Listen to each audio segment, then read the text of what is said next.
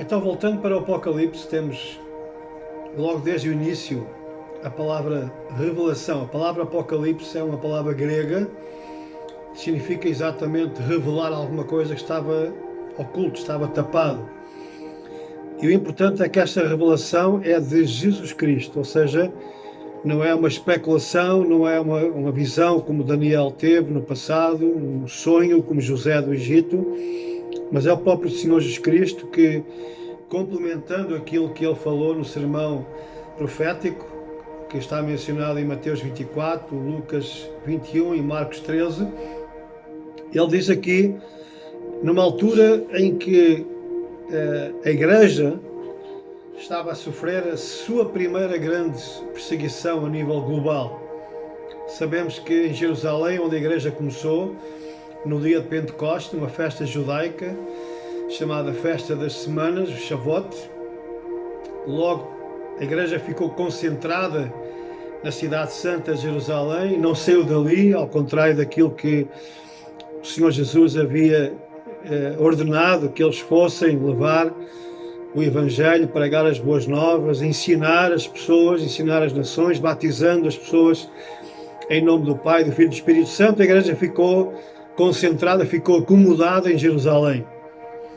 Atos 1:8, o Senhor Jesus disse que a igreja deveria então levar o Evangelho, começando por Jerusalém, indo até a Judeia, Samaria, até aos confins da terra. Ao contrário, Atos 8:1 diz depois que a igreja sofreu uma intensa perseguição e então todos os cristãos foram dispersos por toda a região, levando o Evangelho até o norte da África, até a presente Turquia, enfim, outras partes ali daquela região. Apenas os apóstolos ficaram em Jerusalém. Então, nós sabemos que a igreja começou já debaixo de perseguição pelas autoridades judaicas, mas mais tarde, e no ano aproximado em que o livro do Apocalipse é escrito pelo apóstolo João, ele próprio está sujeito à primeira grande vaga de perseguições sobre os imperadores romanos. No ano 95, o imperador Domiciano foi um dos mais cruéis imperadores de Roma, comparado muitas vezes a Nero e a Calígula. Ele desterra os cristãos para uma grande pedreira, uma zona de trabalhos forçados, um campo de trabalhos forçados, numa ilha chamada Patmos, que fica mais ou menos a uns 70 km de Éfeso, onde o apóstolo João vivia, já idoso, já aproximando os seus 100 anos. Então, enquanto estava nesta ilha, o Senhor se manifesta a este apóstolo, que era um dos mais queridos, um dos mais próximos do Senhor, e lhe revela, lembrando que, apesar do sofrimento que aqueles cristãos estavam a enfrentar, e o próprio apóstolo João precisava, como por assim dizer, receber uma nova dose de encorajamento para levar àquelas igrejas que ali estavam, porque o Senhor sabia que viria um novo imperador que iria libertar João daquela condição de trabalhos forçados, de desterro na ilha de Patmos. Ele acabaria por regressar novamente à grande cidade de Éfeso e por ali ele iria viajar como apóstolo, visitando as várias igrejas. Algumas delas estão aqui mencionadas logo no início do Apocalipse, levando uma palavra de consolo, uma palavra de esperança para eles, que apesar do sofrimento, da perseguição, a vitória estaria ao seu alcance, porque quem tem o livro, quem tem o futuro, quem tem o destino nas suas mãos, não era Nero, não era o imperador de Roma, não é o imperador que mais tarde vai perseguir e vai levar tantos cristãos às feras, mas é o Senhor Jesus Cristo, o Senhor da história. Por isso esta é uma revelação do próprio Senhor ao seu povo, à sua igreja, para que ela esteja preparada, para que ela saiba que não vale a pena estar a depender de uma falsa segurança que o mundo pode oferecer, mas saber que irá passar por momentos difíceis, por tribulações, e mais tarde pela própria grande tribulação, mas que o Senhor estará presente, o Senhor estará segurando as pontas, por assim dizer, e levará o seu povo para a glória. Então esta revelação de Apocalipse começa logo pelas palavras dizendo revelação de Jesus Cristo, a qual Deus lhe deu para mostrar aos seus servos as coisas que brevemente devem acontecer. E diz aqui que, no versículo 3, que aquele que lê e ouve as palavras desta profecia e guarda, ou seja, ele vive em conformidade com aquilo que ele aprendeu das palavras de Jesus, essa pessoa é bem-aventurada, essa pessoa é feliz, essa pessoa será próspera, porque ela não segue a agenda da ONU, ela não segue a agenda das manchetes dos jornais, das televisões, mas ela segue o relógio de Deus. E o Senhor diz aqui que o tempo está próximo, ou seja, o tempo em que estas coisas irão ocorrer estava próximo há 2000 anos e obviamente agora muito mais próximo ainda.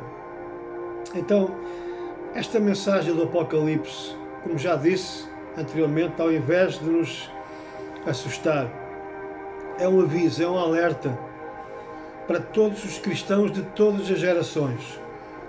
Muitos deles irão viver ou viveram períodos de intenso sofrimento através da perseguição, como acontece hoje com os nossos irmãos na Coreia do Norte. Mais de 50 mil irmãos nossos estão presos em trabalhos forçados, em campos de trabalho forçado.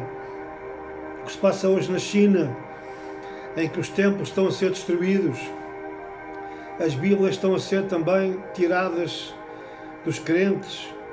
O que se passa hoje no Irão, o que se passa hoje no Iêmen, o que se passa hoje em tantas nações do mundo. É necessário que estas palavras sejam novamente lembradas, para que eles se lembrem de que o papel final, a última palavra, não está nas mãos desse tirano sob o qual eles estão a ser regidos fisicamente e humanamente, mas que a última palavra está nas mãos daquele que é o Senhor da história, que é o vencedor, aquele que virá para reinar. Então é uma palavra de encorajamento, lembrando que o Cordeiro, aquele que foi morto, foi imolado pelos nossos pecados, aquele que foi sacrificado e é chamado Cordeiro de Deus. Ele é o vitorioso Senhor, que está vivo, que é agora adorado nos céus, que reina sobre todas as coisas, que tem o livro da história da humanidade, o livro do destino da humanidade nas suas mãos, e que após derrotar os seus inimigos ele irá e virá para estabelecer o seu reino. Ele irá finalmente trazer a justiça e a paz. Ele irá criar novos céus e nova terra. Então os santos, o seu povo, os eleitos, a igreja, este povo escolhido de Deus, será protegida da sua ira, irá reinar com ele também. Então, para os salvos, para nós, os que confiamos em Cristo, o que confessamos os nossos pecados e entregamos a Ele o destino das nossas vidas, para nós, Apocalipse traz a esperança, traz o ânimo, mas para o incrédulo, para o descrente, trará medo, trará certamente terror. É um livro de advertências, é um livro de ameaças para aquele que não crê na palavra de Deus. O Apocalipse traz para o crente, para o Filho de Deus, traz 7 bênçãos especiais. E por isso que é um livro que precisa ser lido, precisa ser meditado, precisa fazer parte da nossa agenda. Ao olharmos para os acontecimentos, nós podemos ver que aquilo que o Senhor anunciou está-se a concretizar. Muitas coisas que nós não entendíamos há 10, 20, 30 anos atrás, agora nós percebemos à luz da palavra de Deus, porque ela é o farol que nos ilumina, é uma candeia acesa no meio de uma escuridão intensa, cada vez maior neste mundo. Mas aqueles que seguem a palavra de Deus têm a luz para o seu caminho, têm entendimento espiritual, para não se deixarem vencer pelo desânimo nem pela derrota, mas confiarem nas promessas de Deus. Diz aqui então que bem-aventurado é aquele que lê, que ouve e que guarda as palavras desta profecia. Mais tarde, no capítulo 14, nós encontramos outra bênção, outra manifestação, uma bem-aventurança, uma felicidade para o cristão. Capítulo 14, versículos 12 e 13, diz que aqui, ou seja, no sofrimento dos crentes, a perseverança dos crentes no meio da tribulação, e diz que estão aqui os que guardam os mandamentos de Deus e a fé em Jesus. Não basta dizer que acredita, não basta dizer que sabe que Deus existe, porque Satanás também acredita, ele é o maior crente, mas é aquele que guarda, aquele que obedece os mandamentos de Deus.